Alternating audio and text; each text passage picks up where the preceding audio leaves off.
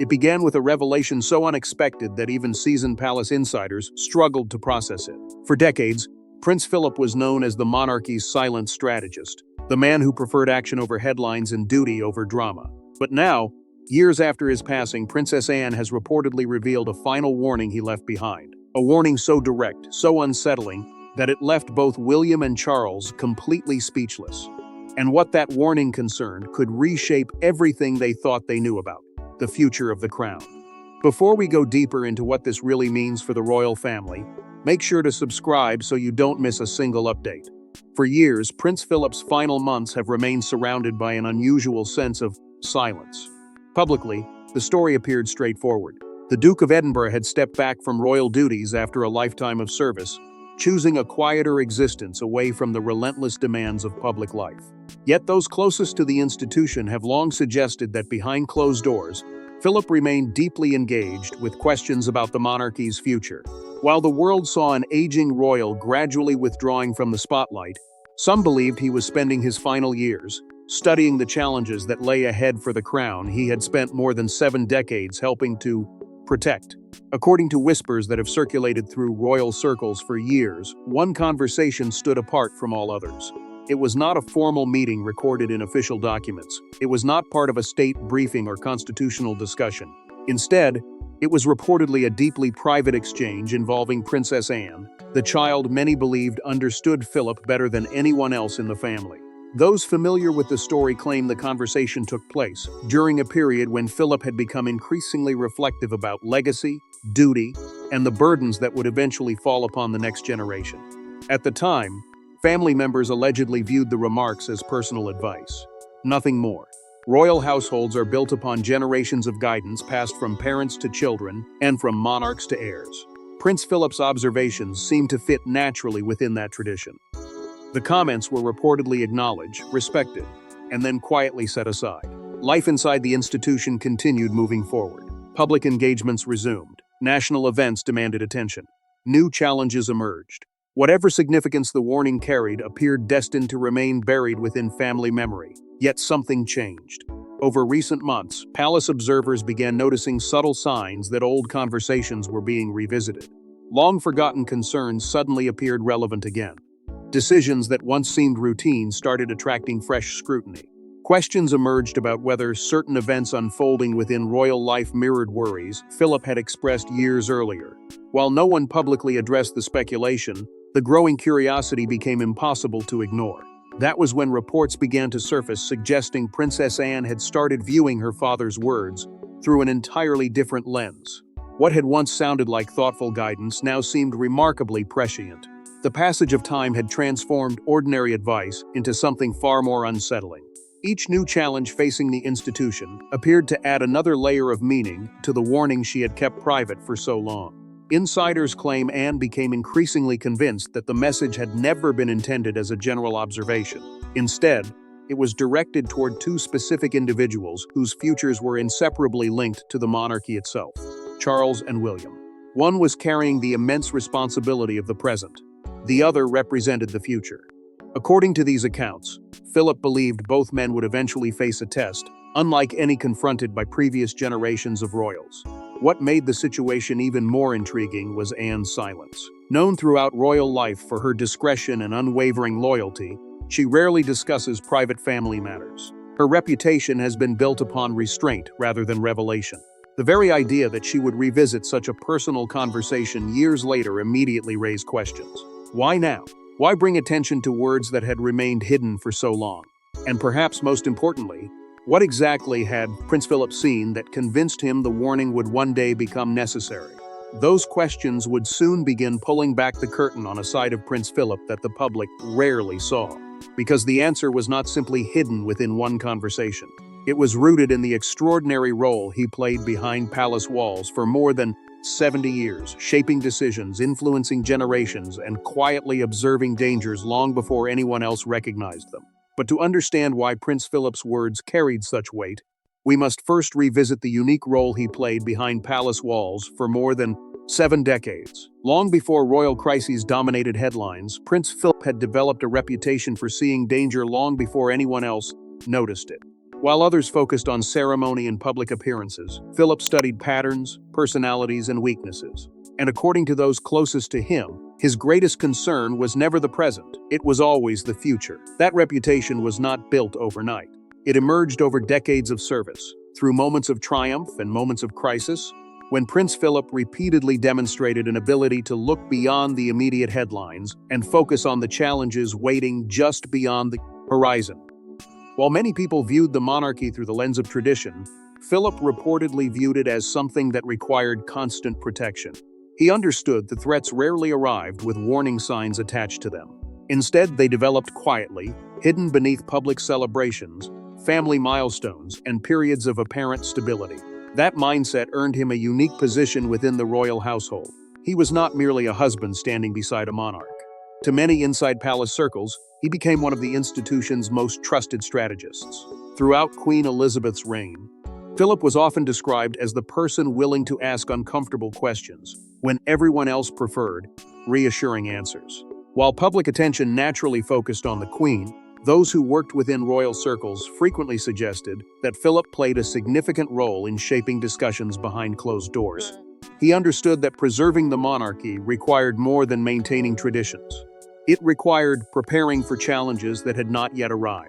Again and again, he encouraged long-term thinking. Again and again, he pushed family members to consider consequences that stretched far beyond the present moment. That was one reason Queen Elizabeth reportedly valued his judgment so deeply. Their partnership was built on trust, forged through decades of shared responsibility. While others came and went through palace corridors, Philip remained a constant presence. He witnessed political upheavals, social transformations, public controversies, and generational change. Each experience strengthened his belief that the crown could never afford complacency. Stability, he believed, was never guaranteed. It had to be protected continuously.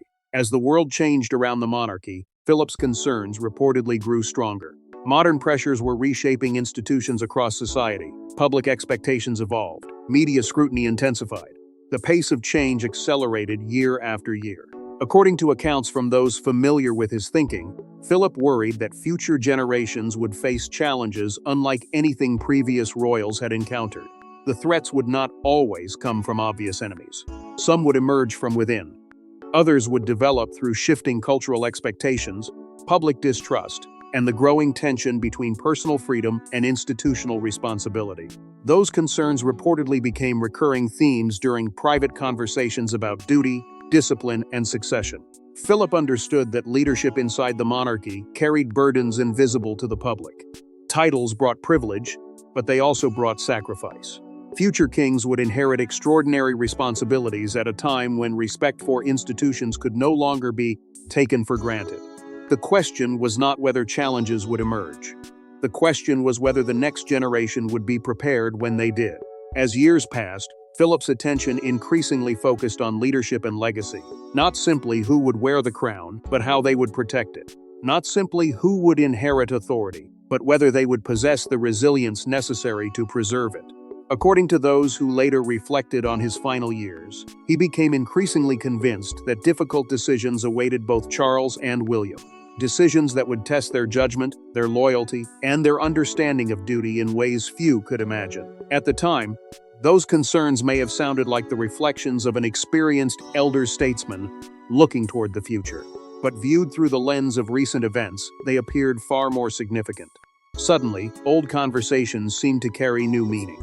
Old warnings felt more urgent, and the message Princess Anne had quietly carried for years began to feel less like advice and more like a carefully prepared caution for the generations that would follow. As his health declined, however, Philip reportedly became more determined than ever to ensure one final message would not be forgotten. The warning itself was not about money, titles, or palace politics. According to accounts now circulating among royal observers, Prince Philip's greatest fear was something far more dangerous. A slow erosion of the values that had sustained the monarchy through generations of crisis. For someone who had spent most of his life standing at the center of one of the world's most scrutinized institutions, Prince Philip understood a truth that many people often overlooked. The greatest threats rarely arrived suddenly. They did not always announce themselves through scandals, constitutional disputes, or public confrontations. More often, they emerged gradually, quietly, piece by piece. A tradition abandoned here, a responsibility neglected there. A shift in priorities that seemed harmless at first, but slowly altered the foundation upon which everything else rested. According to those who have reflected on his final years, this was the danger that troubled Philip more than anything else. Reports suggest he worried about complacency taking root within the institution itself. Not dramatic failure, not open rebellion, complacency. The belief that the monarchy's survival was guaranteed simply because it had survived before. Philip had witnessed enough history to know that no institution, no matter how ancient or respected, could afford such thinking. He understood that public trust was not inherited automatically from one generation to the next. It had to be earned repeatedly, every day, every year, every generation. That belief reportedly shaped many of the private conversations he held during his later years. Again and again, he returned to the concept of duty, not popularity, not headlines, not approval ratings, duty. To Philip, duty represented the invisible bond connecting the monarchy to the people it served.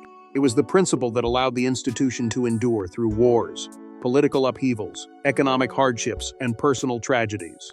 Once that principle weakened, he allegedly feared that everything else could eventually follow. Those concerns became even more significant as public life evolved. Modern pressures created new temptations. Public figures increasingly found themselves measured by visibility rather than responsibility. Personal branding often appeared more valuable than quiet service. According to accounts now being discussed by royal commentators, Philip worried that future generations might struggle to balance those competing forces.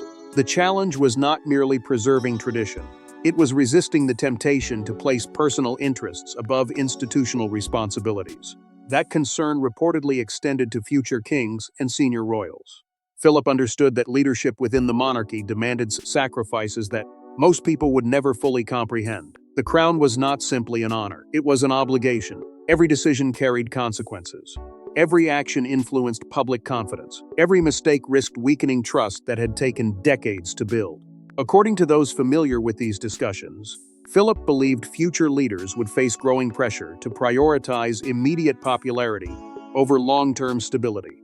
For Princess Anne, the message reportedly carried profound personal meaning. Throughout her life, she had built a reputation around discipline, commitment, and unwavering service.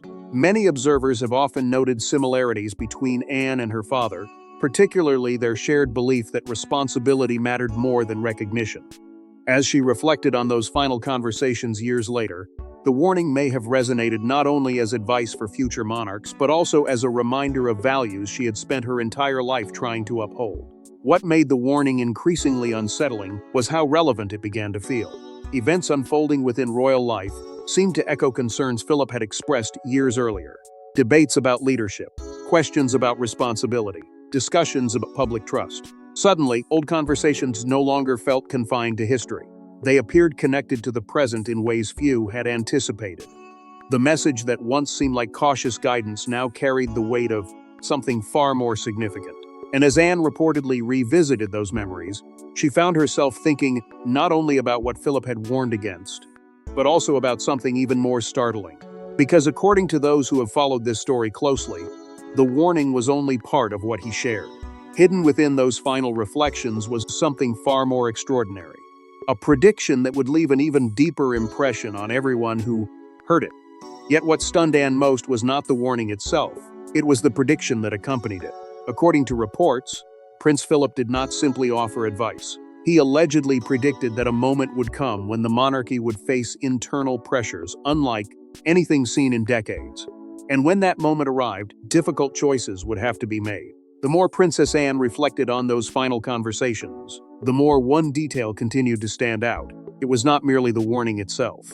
It was the confidence with which Prince Philip reportedly delivered it. According to accounts that have gradually surfaced among royal observers, Philip did not speak as someone making vague predictions about an uncertain future. Instead, he allegedly spoke as a man who had spent decades studying the institution from within, and who believed he could already see fault lines beginning to form beneath the surface. To those who knew him, that certainty was impossible to ignore. For much of his life, Philip had witnessed disagreements, rivalries, and moments of tension within the royal family. Those challenges were not new. Every generation faced them in one form or another. What concerned him, according to these reports, was something different. He allegedly feared that future divisions would not simply involve personal disagreements. They would involve competing visions of duty itself. The struggle would not be between individuals alone. It would be between different ideas about what the monarchy should become and what sacrifices would be required to preserve it. That concern reportedly led him to focus heavily on the balance between loyalty and personal ambition. Throughout history, successful monarchies survived because individuals accepted responsibilities larger than themselves.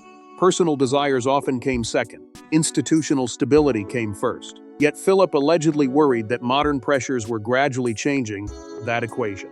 Public influence, personal branding, and individual recognition carried increasing power. The danger, as he reportedly saw it, was that ambition could eventually begin competing with duty rather than supporting it. According to those familiar with Anne's recollections, Philip believed that such tensions could create some of the most difficult decisions future leaders would ever face. Because conflicts driven by ambition rarely announce themselves openly. They develop quietly, relationships become strained, trust weakens, loyalties are questioned. And before anyone fully understands what is happening, divisions begin affecting the institution itself. Philip allegedly feared that future generations would be forced to navigate precisely those kinds of challenges. Equally concerning was his reported belief that public confidence could never be taken for granted. This was a theme that appeared repeatedly throughout his later reflections. Philip understood that respect for the monarchy was built upon trust. Once that trust weakened, restoring it could become extraordinarily difficult. According to accounts now being revisited, he believed future leaders would need to work harder than ever to maintain credibility in a rapidly changing world. Popularity might rise and fall. Headlines would come and go, but public confidence remained the foundation upon which everything else depended. What reportedly unsettled Anne years later was the specificity of some of Philip's observations. According to those who have followed the story closely, he did not speak in broad generalities. He allegedly described pressures, conflicts, and challenges that seemed surprisingly relevant when viewed through the lens of later events. At the time, such comments may have appeared speculative. With hindsight, however, they began to sound remarkably perceptive. That realization transformed old memories into something much more significant. Reports suggest that both William and Charles eventually recognized similar parallels. Certain concerns Philip had raised appeared increasingly familiar. Certain warnings no longer seemed theoretical. Questions about leadership, unity, public trust, and responsibility were no longer distant possibilities. They had become pressing realities. As those connections emerged, a growing number of people within royal circles reportedly began reassessing conversations that had once been dismissed as simple reflections from an aging statesman. The result was a quiet but profound shift in perspective. What had initially been viewed as personal advice was now being interpreted as something far more consequential. Philip may not have predicted specific events, but according to those closest to the story, he appeared to have anticipated the broader challenges that would test the monarchy in the years ahead. And as that realization settled in, attention gradually moved away from the prediction itself and toward the person Philip believed would one day carry the greatest burden of all. As Anne continued speaking, the focus shifted away from predictions and toward the responsibility Philip believed rested on William's shoulders. For years, Prince William has been preparing for a role that will define the rest of his life. But according to Anne's account, Prince Philip believed the future king would inherit more than a crown. He would inherit impossible decisions. As the discussion surrounding Philip's final warning continued to unfold, attention naturally turned toward the person he reportedly spoke about most often when discussing the future. According to accounts now circulating among royal observers, Philip viewed William as more than the next monarch in line. He saw him as the figure who would eventually be forced to navigate some of the most complicated challenges the institution had faced in generations. That belief was not rooted in uncertainty about William's character. Quite the opposite. Reports suggest Philip had enormous confidence in William's sense of duty. The concern was never whether William would take his responsibilities seriously. The concern was the sheer weight of the responsibilities that awaited him. For much of his life, William has lived under extraordinary expectations. From childhood, he understood that his future would be shaped by obligations few people could fully comprehend. Every decision, every relationship, and every public action would eventually be examined through the lens of leadership. According to those familiar with Philip's thinking, he believed William possessed many of the qualities necessary to meet those demands. discipline, patience, restraint, a deep understanding of service. Yet Philip allegedly recognized that even the strongest qualities would eventually be tested by circumstances beyond anyone's control. That realization reportedly formed the heart of many conversations about the future. According to Anne's recollections, Philip believed William would face situations where there would be no perfect answer. No decision would satisfy everyone. No path forward would be free from criticism. Instead, he would be forced to choose between competing responsibilities, competing loyalties, and competing visions for the monarchy itself. Those were the impossible decisions Philip allegedly referred to, the kinds of choices that shape institutions for decades. One theme reportedly appeared repeatedly throughout Philip's reflections: the challenge of balancing compassion with firmness. According to those who have discussed these conversations, Philip understood that future leaders could not govern through rigidity alone. Compassion mattered, understanding mattered, humanity mattered. Yet, he also believed leadership required the courage to make difficult decisions when necessary. A monarchy built entirely on popularity would eventually lose its sense of purpose. A monarchy built entirely on inflexibility would risk losing public support. The challenge was finding the balance between those two forces. That balance became even more complicated in a rapidly changing world. Society was evolving, expectations were shifting. New generations viewed institutions differently than previous generations had. According to reports, Philip believed William would face tremendous pressure to modernize, while simultaneously preserving traditions that formed the monarchy's foundation. Move too quickly, and the institution could lose part of its identity. Move too slowly, and it could become disconnected from the people it served. Navigating that tension would require judgment, patience, and resilience. Princess Anne reportedly understood those concerns perhaps better than most.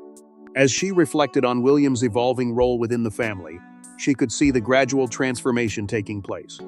The responsibilities once carried primarily by others were increasingly moving toward him. Expectations continued to grow.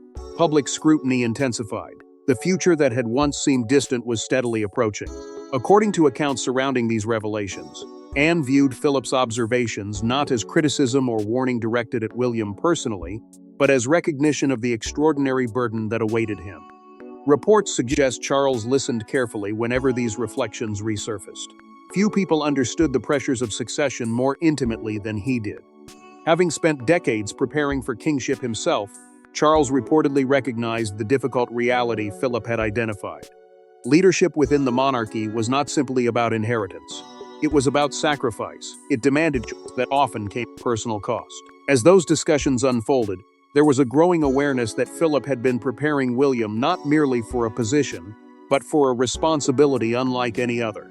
Yet even as the focus settled on William and the immense expectations placed upon his shoulders, Anne reportedly made it clear that her father's concerns stretched much further. The future of the monarchy, he believed, would never depend on one individual alone. The challenges ahead were larger than any single king, heir, or family member, and that realization would soon lead the conversation in an entirely new direction.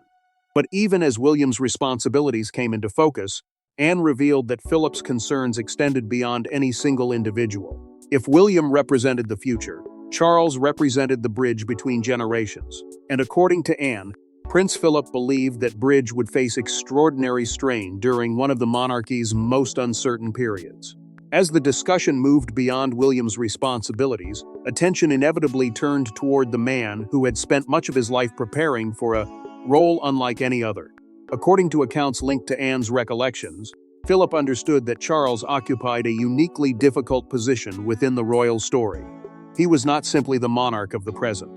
He was the connection between two very different eras, one shaped by the traditions and values that had defined Queen Elizabeth's reign, and another being shaped by rapidly changing expectations about leadership, public service, and the monarchy's place in modern society. Philip allegedly believed that navigating that divide would become one of Charles's greatest challenges. For decades, Charles carried the weight of anticipation. Long before he ascended to the throne, he lived under extraordinary scrutiny. Every decision attracted attention. Every statement generated discussion. Every action was measured against expectations that had accumulated over generations. According to those familiar with Philip's thinking, he recognized that becoming king would not reduce those pressures. In many ways, it would magnify them. The responsibilities Charles inherited came at a moment when public trust, institutional relevance, and national unity were being discussed more intensely than ever before. Reports suggest Philip expected Charles to become a stabilizing force during uncertain times, not because the challenges would disappear, but because they would become increasingly complex.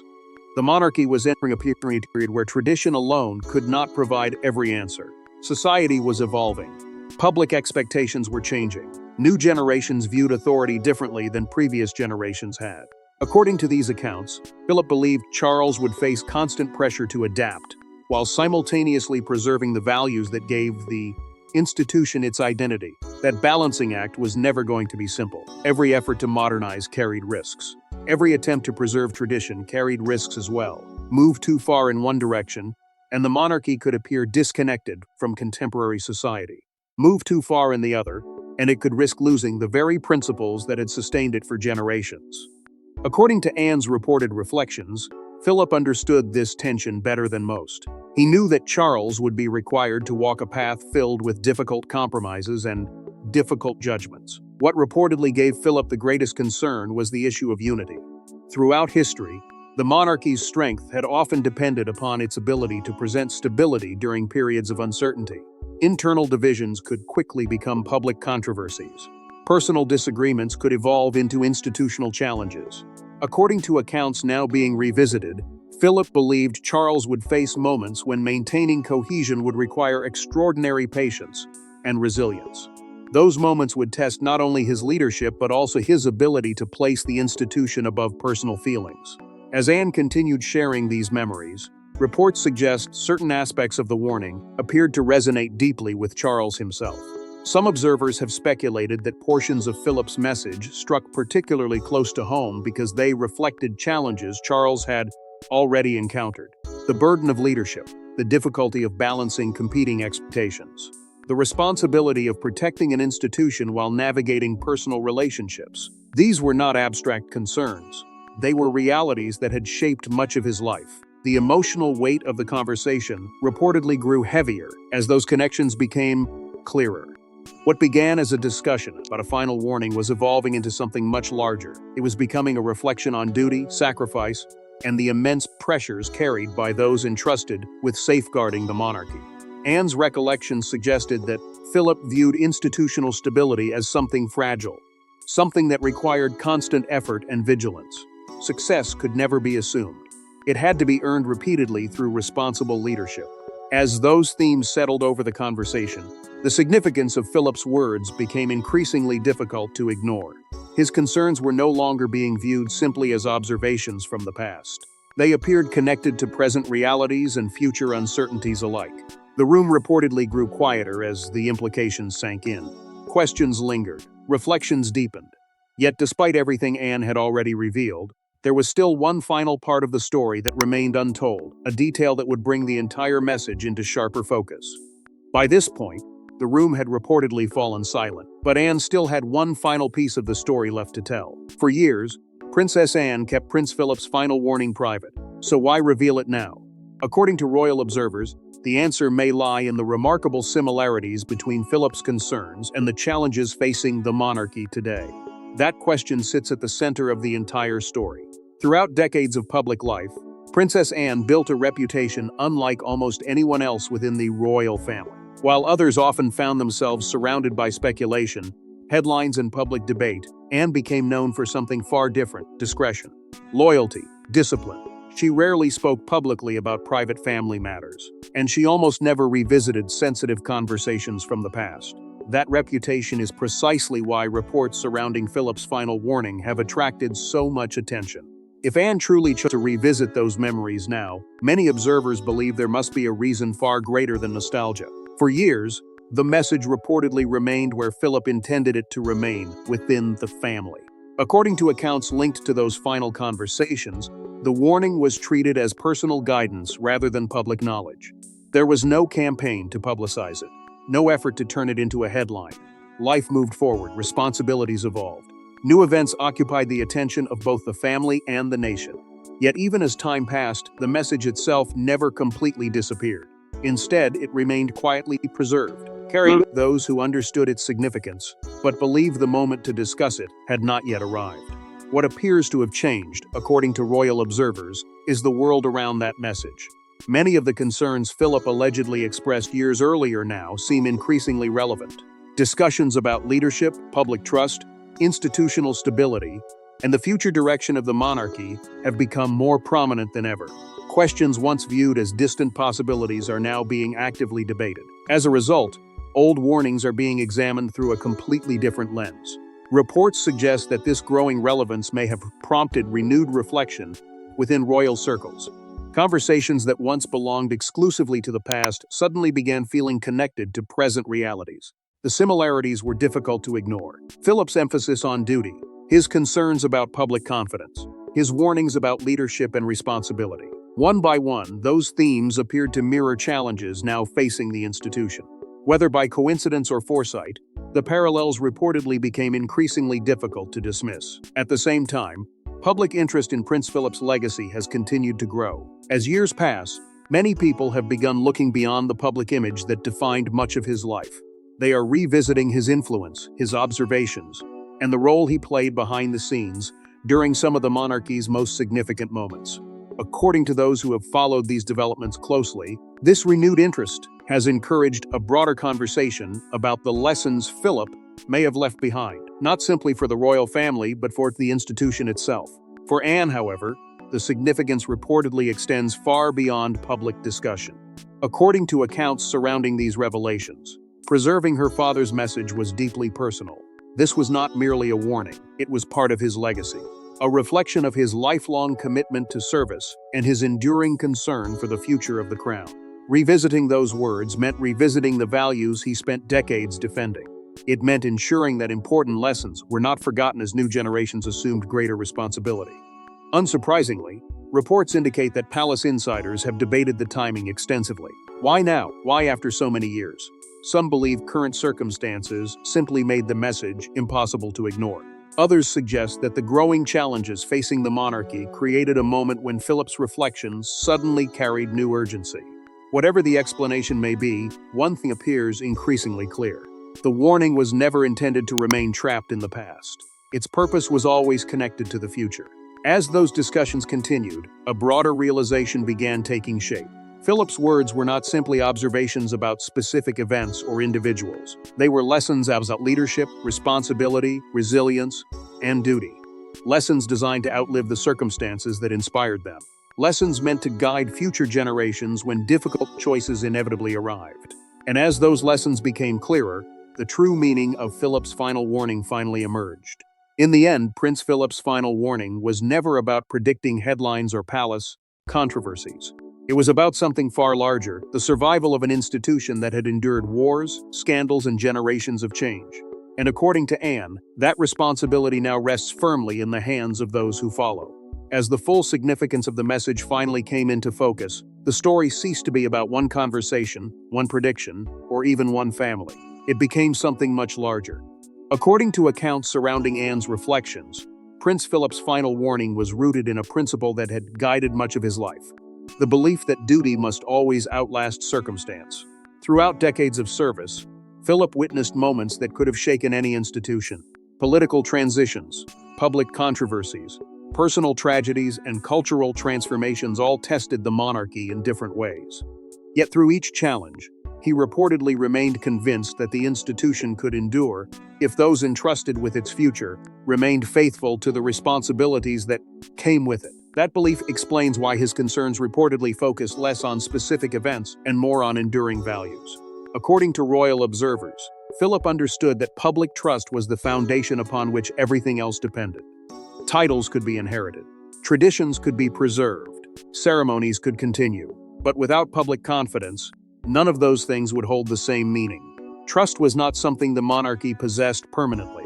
It had to be earned repeatedly through service, consistency, and leadership. That lesson appears to sit at the heart of the warning Anne chose to revisit.